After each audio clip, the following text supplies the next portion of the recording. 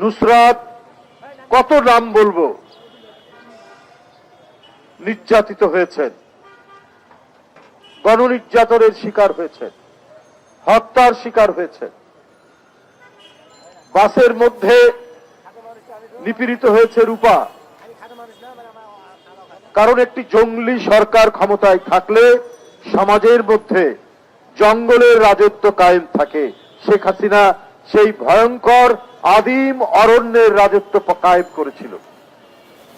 কিন্তু বর্তমান এক রক্তক্ষয়ী মহা বিপ্লবের মধ্যে দিয়ে জুলাই আগস্টের বিপ্লব সম্পন্ন হয়েছে।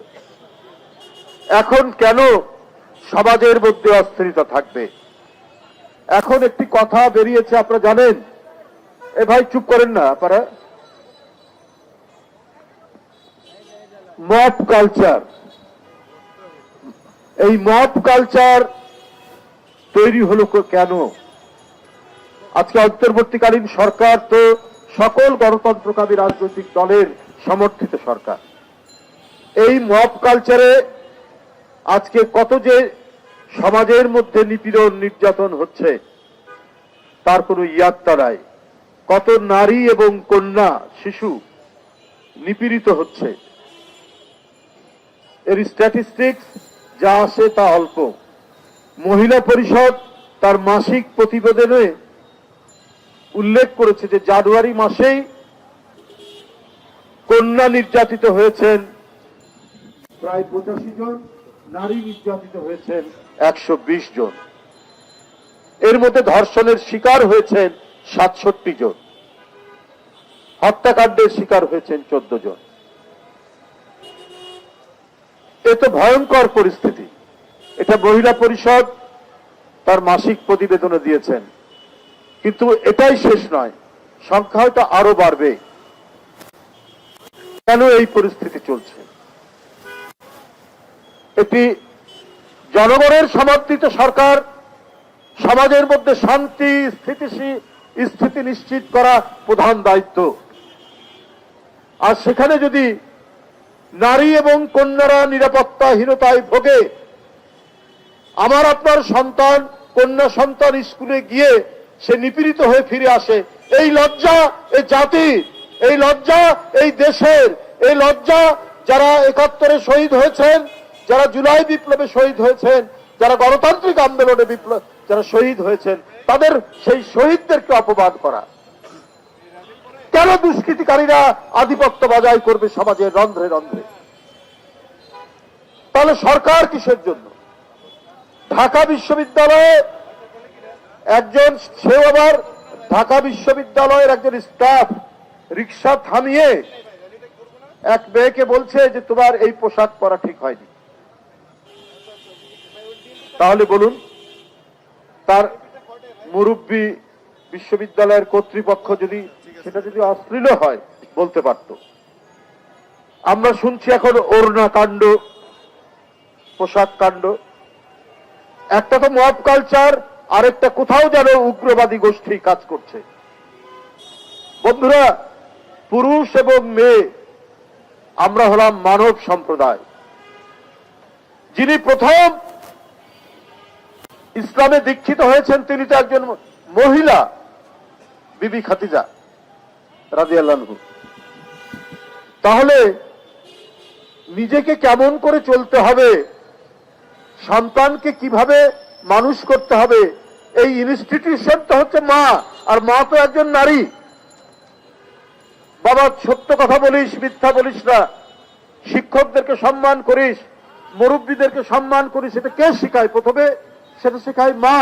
তাহলে নারী স্বাধীনতায় নারীকে কিভাবে চলতে হবে সেইটা পুরুষরা যদি প্রতিদিন বাতলিয়ে দেয়, তাহলে তো আমি নারী, যে আমার মা, যে আমার বোন, যে নারী একজন আমার স্ত্রী, আমি তো তার স্বাধীনতায়, আমি তো তার চলাফেরায়, আমি তো তার চিন্তায়, আমি তার লেখাপড়ায়, তার মূল্যবোধ, আমি সেটাকে হস্তক্ষেপ করছি। সে কিভাবে চলবে সেই স্বাধীনতা তো তাকে দিতে হবে। এই স্বাধীনতায় কোনো গোষ্ঠী, কোনো দল কারো হস্তক্ষেপ করার অধিকার নাই। কারণ ধর্মীয় মূল্যবোধ বলুন, আর সমাজের নৈতিকতা বলুন, এটা সবচেয়ে বেশি প্রতীত থাকে, ধারণ করে হচ্ছে নারীরা। কারণ মায়ের কাছ থেকে আমরা প্রথম নৈতিকতার বাণী শুনি। তো সুতরাং সেই নারীকে যদি আমরা খোয়ারের মধ্যে আবদ্ধ রাখি, সেই নারীকে যদি আমরা বন্দিশালায় রাখি, আজকের উন্নতির যুগে, আজকে অগ্রগতির যুগে, যখন মানবাত্মার বিকাশের পথ, সেইখানে এই বন্দি করে রাখার কোনো মানে হয় না। কোন উগ্রগোষ্ঠী যদি তার প্রেসক্রিপশন অনুযায়ী চলাতে চায়, তাহলে আপনার সমাজ অগ্রগতি লাভ করবে না, সমাজ এগিয়ে যাবে না। কি খেলাধুলা, কি সাংস্কৃতিক কর্মকাণ্ড, কি লেখাপড়া, প্রত্যেকটি জায়গায় মেধায় মননে পুরুষের চাইতে কোনো অংশে মেয়েরা কম নয়। তাদেরকে যদি আমরা আটকে রাখি, বন্দি রাখি, তাহলে সমাজ কোনোদিন এগোবে না।